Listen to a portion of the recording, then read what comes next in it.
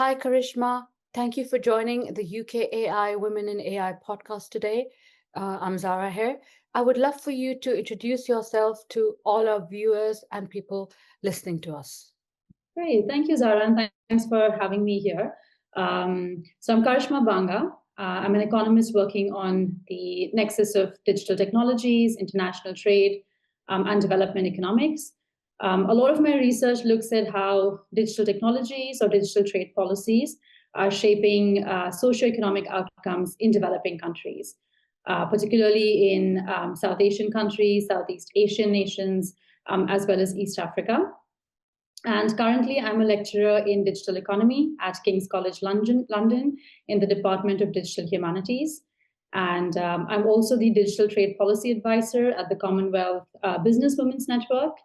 And before this, before transitioning sort of into academia, I was in policy research for a while. So I was working at ODI, which is a policy think tank in London. And after that, for a while, I was at IDS, which is the Institute for Development Studies, part of University of Sussex. So I've sort of worn both hats, academic and policy. So I'd love to share some insights from that as well. Mm-hmm. It's very interesting right now what's happening with the Commonwealth in relation to, the use of AI. And there's a concern around that the current digital divide between some of the Commonwealth countries could be made worse through the AI divide. And I wanted you to talk a bit about that. And also, how did you start your career? What inspired you to start your career in this very, as you said, two very separate kind of areas? Yeah. So maybe I'll start with the second part of the question first. So I've always been very interested in the bigger questions around development economics. Coming from a middle-income country, these were issues very close to my heart. So I did my MPhil in economics at the University of Cambridge, and then I did a PhD in development economics at University of Manchester. And during my PhD, I really got the time to dwell into some of these issues. And particularly, I was looking at how international trade is having an impact on economic growth in India, looking specifically at Indian manufacturing firms and the kind of opportunities and challenges that they have through international trade. So that's sort of how I was broadly interested in this area of development. And after my PhD, I wanted a bit of a break from academia, which is very normal. And so I moved on to doing a policy role at ODI, which is a think tank. And it was there where I really started working on digital technologies and digitalization of the economy, trying to link it back to my PhD, trying to understand the kind of new opportunities and challenges that digitalization was bringing into the manufacturing landscape. How are the jobs going to be affected? Are we going to see more manufacturing jobs in countries like India, or are we going to see a sort of reshoring of jobs? Because, like you said, there's a big digital divide, there's a big AI divide, and jobs, could potentially be reshored back to countries like the US, for instance. So I started working, a lot on these sort of projects, and a particularly interesting project was in Kenya. It was in Athi River, which is the export processing zone. And I'd gone there to do some field work. And so I really, got to, do some very interesting field work, speak to the firms, and really understand and really see the kind of technologies, that these firms are using and the kind of labor market impacts they have, the kind of challenges that these firms are facing. So that's, what got me really interested in this space. And I noticed, like you mentioned, that there was a big digital divide, not just within countries, but also across countries. Right? When we speak about the infrastructure, digital infrastructure, fiber optic cables, access to internet. And there's actually a multi-pronged divide, which just doesn't end with access to internet, but it's also adoption of digital tools. It's also using these digital tools in a more productive manner. And there's also a digital divide around the kind of decision-making around these tools, right? So it's actually, at pretty much all stages of this. So I was quite interested in understanding the digital divide more. I think it's a very critical question, like you mentioned. And I've done some work with the Commonwealth Secretariat on this as well, particularly trying to understand and map the digital divide across Commonwealth countries. And I think, just kind of building on that, what I realized from a lot of this research around digital divide is that there's a big gap between what's happening on the ground and the kind of effects you see on consumers and firms and women, and the kind of decisions that are being made at a much more macro level, in multilateral organizations like the WTO and lots of other sort of trade agreements, where countries are entering into these trade agreements and they're actually signing a lot of digital rules and digital policies, which are going to have a very direct and strong effect on digitalization in developing countries. But there was a very little research, around these issues, and that's what a lot of my projects have focused on, trying to bridge that gap between macro level decisions and micro level effects of digitalization. So yeah, that's just sort of where the inspiration comes from on working on these issues. So yes, we spoke about the current digital divide. What can particularly the UK AI sector do to collaborate effectively with the Commonwealth countries in the area of AI, and particularly to help with this growing AI divide within the Commonwealth? Yeah, I think, like I was mentioning, it's really across very different levels, right? So one could be, of course, around the hardware and the infrastructure, and making sure that you're supporting developing countries in their efforts and initiatives on building a good digital infrastructure base, right? That's at the very heart of it. Because a lot of my research showed that in developing countries, a lot of African countries, for instance, they had the internet penetration ranged from very, very low compared to other Commonwealth countries like Singapore and UK, for instance. So I think supporting initiatives around digital infrastructure is very important. The second bit that I've done some work around is skills development. Particularly, I think with AI, it's increasingly important to really understand what the skills of the future are going to be, and how do you equip your labor force and workforce with those skills. And there could be private sector efforts made by the UK associations. There's UK tech associations and other sort of private sector firms. There could also be public sector initiatives on this, on developing the necessary skills in developing countries around use of AI, digital tools, and not just the sort of hard digital skills, but also around the soft skills that we've that there's been a lot of research on, that as we move towards AI, I think skills around critical thinking or problem solving, interpersonal skills, they are going to continue to be very important. So just making sure that the curriculums are also reflecting those skills, I think is going to be very important. And of course, I think UK is doing a lot on that aspect as well. So, and I think the third part would be around the digital trade rules.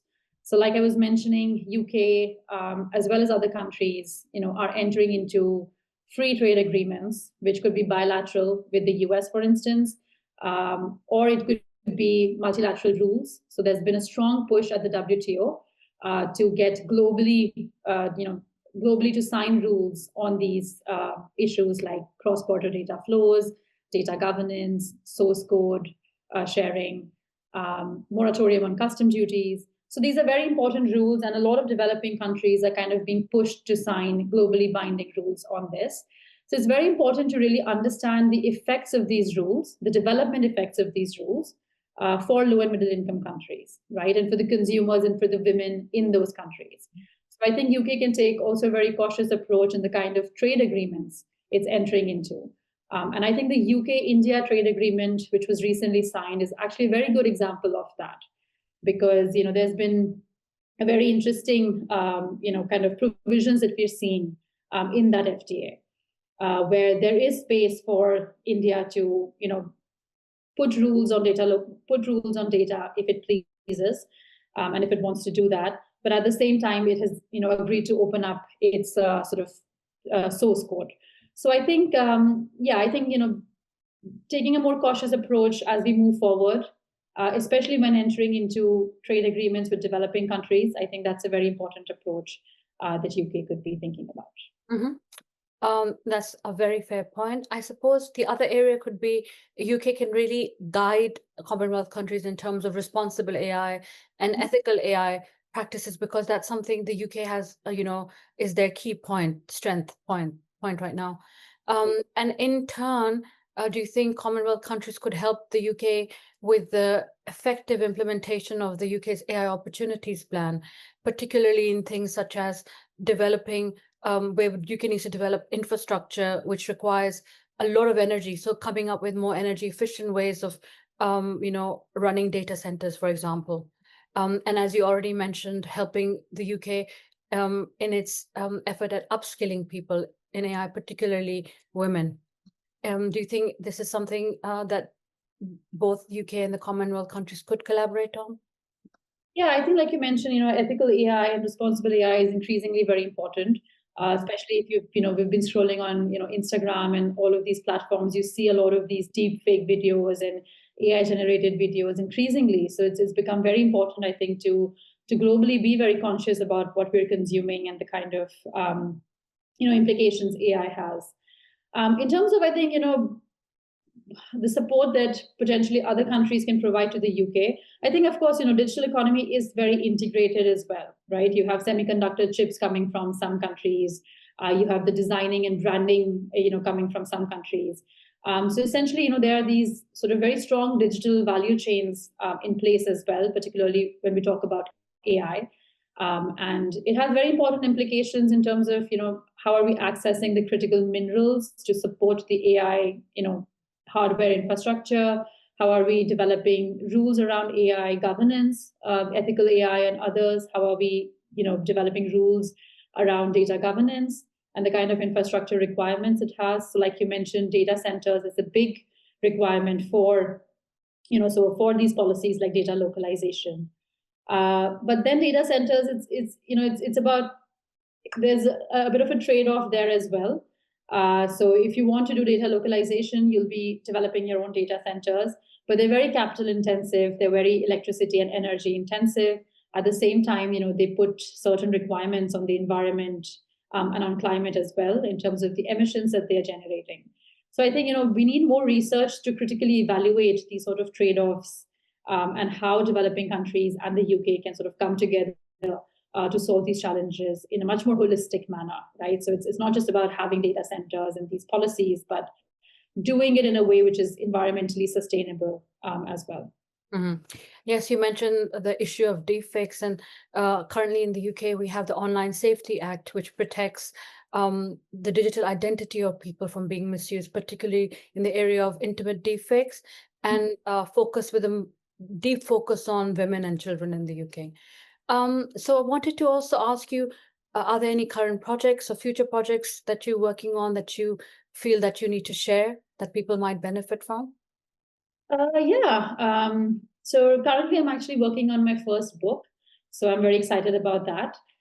It is on digital trade and uneven development with a focus on middle income countries. So it's looking at India, South Africa, and Indonesia, which I think have been sort of, they're playing a very important part in terms of these multilateral negotiations and the kind of rules that they're forming around the digital economy and around AI.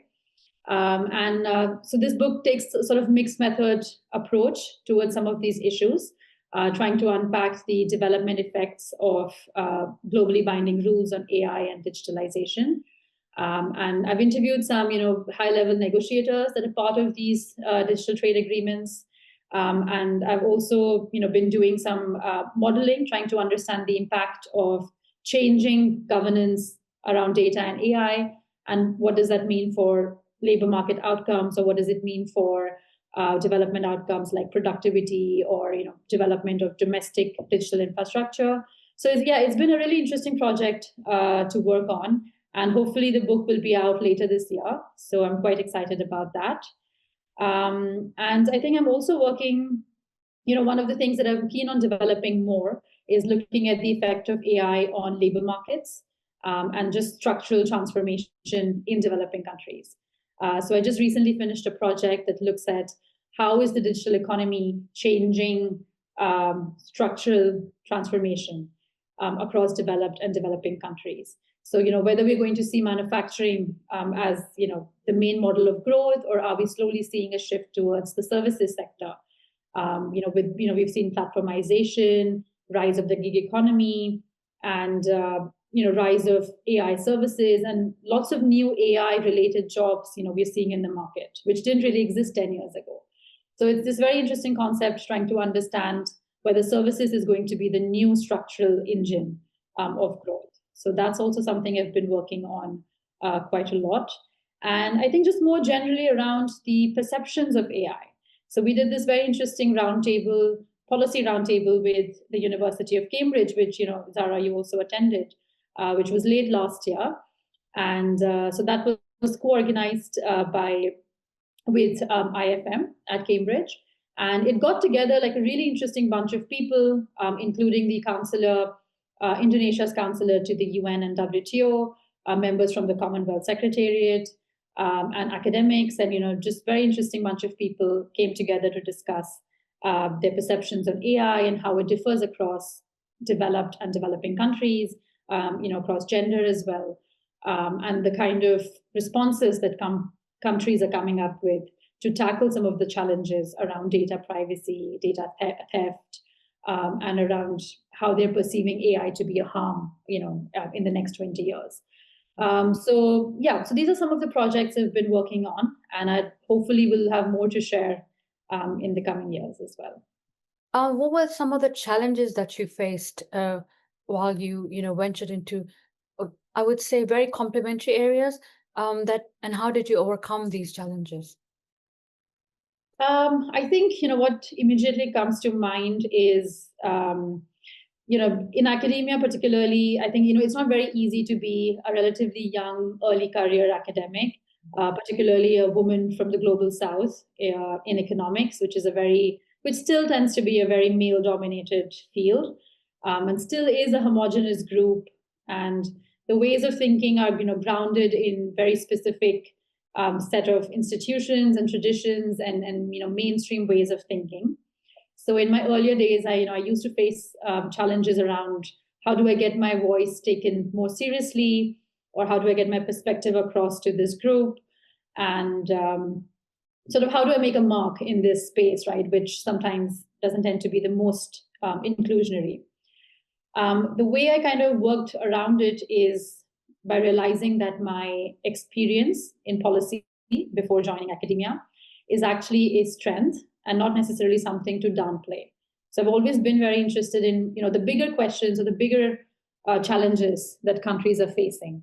And I was able to find, I sought places and collaborators and stakeholders that valued these bigger questions, right? And that valued different perspectives within economics, that had a more heterodox way of thinking, and they valued issues around power, around accountability, and issues on governance and unevenness. So I was able to find and build and work on with other collaborators and build like a community that supported this sort of thinking, which worked really well for me. So I think that was one of the bigger challenges I faced. And I think another challenge that I faced, and I think maybe more academics will attest to this, is just getting your research in the right hands and in the right rooms where the decisions are being made. As academics, we write journal articles or books, but we also really want to inform policymaking, right, or to influence policymaking, or to contribute to evidence-based policymaking. So that has been quite a big challenge, right? How do you get your research across to different stakeholders internationally? And so what I have tried to incorporate early on in my career is essentially collaborating with different sort of multilateral institutions and partners, right? So I've worked with Commonwealth secretariats, with UN, WTO, African Union, also with a lot of trade and industry bodies like Kenya Association of Manufacturers or Confederation of Indian Industry in India.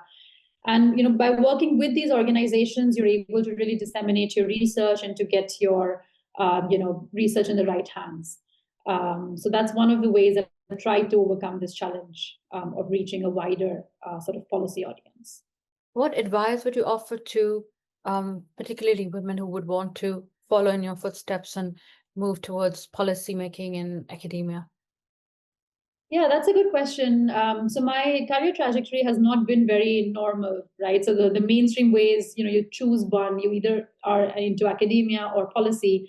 And I kind of, transitioned from academia to policy and back to academia. And but to say that, it can be done. And I think, one should take some time to understand where their interests lie. And it's okay to, take some time and to figure out like which stream you really want to follow, because both are very competitive, but they have very different ways of going about things. I think more generally for young women or practitioners or scholars who are interested in economics, but also these development questions, I think I would say that it is very important to build a strong analytical foundation in economics. Right, there's no doubt about that.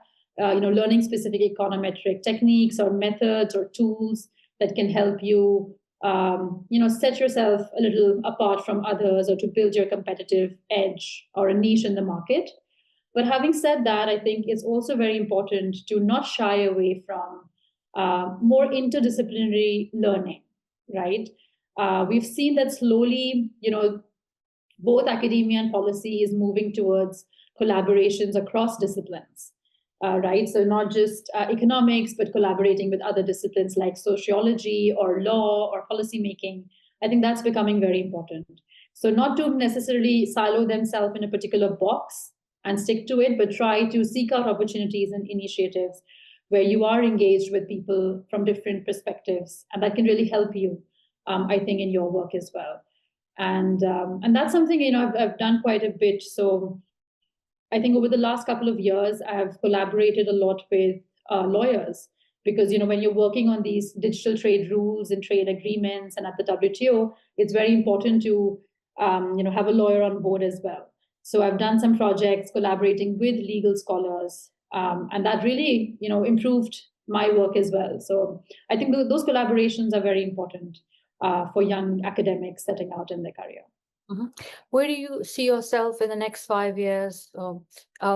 What do you see yourself doing over the long term? That's a very loaded question. I never have the right answer to this 5-year plan, because I don't really have a 5-year plan. That's perfectly fine. A lot of people don't. They move through instinct and let it happen organically. But if you had sort of, a vision where you wish to be. Yeah, I think I would love to do more of what I'm doing now. I'd love to continue contributing to evidence-based policy making. I think I'm very passionate about that. To get more projects that can tackle real-world problems. So, for example, if you've been following the news over the last year, there's been lots of headlines on how developing countries are being strong armed by the US in not taxing, in basically giving up their digital taxes, right? So a lot of countries, including the UK, have digital taxes in place, right, where they're taxing platforms like Amazon or Netflix or Alibaba, and they're being strong armed into giving away their taxation rights through trade agreements, right, as part of the trade agreements or trade talks that they're negotiating. So I have been working on this issue, and we've developed a sort of a framework trying to understand how trade rules are actually affecting taxation rights. And that was the work I was mentioning that was with legal scholars in place, and that got finally published last year. And I was very excited to see that it received a lot of uptake as well. So it was tabled at the ministerial conference at the WTO last time, and it also got a lot of engagement from civil society, who's picked up the paper and using that to ask really important questions from a lot of developed country negotiators. So I think that sort of work is something which is really exciting, and I would love to do more of, where I'm able to address, maybe not answer, but address some real world challenges and questions that are very topical, provide rigorous academic work on it, and be able to inform policy solutions around that, particularly around digital economy and AI. I think that's where I see myself in the next few years, at least. That's great. Karishma, how can people get in touch with you if they have any questions? I think LinkedIn would be the most the easiest way to reach out to me. I'm quite active on LinkedIn. And otherwise, you could also reach out to me through my academic profile at King's College London. So I have a web page, and you should be able to reach me through that. I'm also open to supervising PhD students. So particularly if there are any PhD students who are working on digital economy, digital industrialization, AI, and the future of work, they can reach out to me for potential supervisions, and I'm happy to have a chat with them in general as well about, if they're particularly interested in policies or in academia. I'm happy to share some tips and tricks there as well. So yeah, happy to have a chat with them. Thank you so much, Karishma, for joining the UK AI Women in AI podcast today. Thank you. Thanks, Zara. I think it was lovely to be here and to just share a little bit about my journey and the kind of work I've been doing. And hopefully I get to share some more in the next few years. Thank you. Great. Thank you.